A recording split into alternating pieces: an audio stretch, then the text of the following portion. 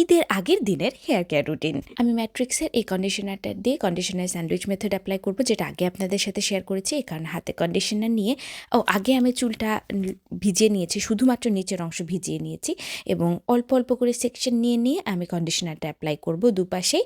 এবং যখন আমার অ্যাপ্লাই করা হয়ে যাবে আমি একটু শুকবো, কারণ আমার যে কোনো হেয়ার কেয়ার প্রোডাক্টের ঘ্রাণ এত ভালো লাগে।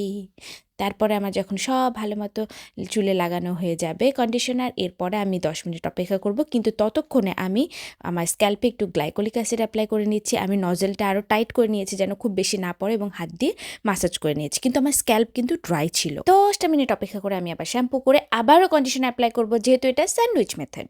এরপরে আমি লরিয়াল গ্লাইকোলিক গ্লস ব্যবহার করব। এটা আমার খুবই পছন্দের, একদম কন্ডিশনারের মতো ছোট ছোট সেকশন করে করেই আমি অ্যাপ্লাই করব। এবং এরপরে 5 মিনিট অপেক্ষা করব এবং ওয়াশ করে ফেলবো চুল।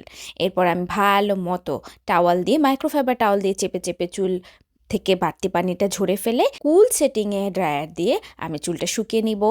আপনাদের যে কোনো ড্রায়ার ব্যবহার করতে পারেন, শুধু খেয়াল রাখবেন সবার আগে স্ক্যাল্প শুকিয়ে নেবেন কুল সেটিংয়ে দিয়ে, এবং সবার শেষে আমি যেটা করি, একদম শুকিয়ে যাওয়ার পরে হিট সেটিংয়ে, হালকা মিডিয়াম হিট সেটিংয়ে দিয়ে এভাবে করে ব্রাশ করি চুলটাকে। এতে করে খুব সুন্দর একটা শাইন লক হয়ে যায়।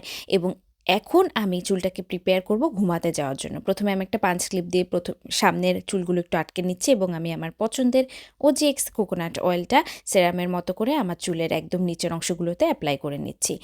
এখন আমি আমার চুলটাকে পাঞ্চ ক্লিপ দিয়ে আটকাবো, কিন্তু এরকম করে খুব ভালো মতো, কোনো ধরনের নট যেন না থাকে, কোনো ধরনের জট যেন না থাকে, সেটা নিশ্চিত হয়ে এরপর আমি এভাবে করে আস্তে করে পেঁচিয়ে এনে আরও দুটো ছোট ছোট পাঞ্চ ক্লিপ দিয়ে সেটাকে আটকে নেব। আমার কাছে মনে হয় যে এই পদ্ধতিতে চুল সব থেকে ভালো অবস্থায় থাকে।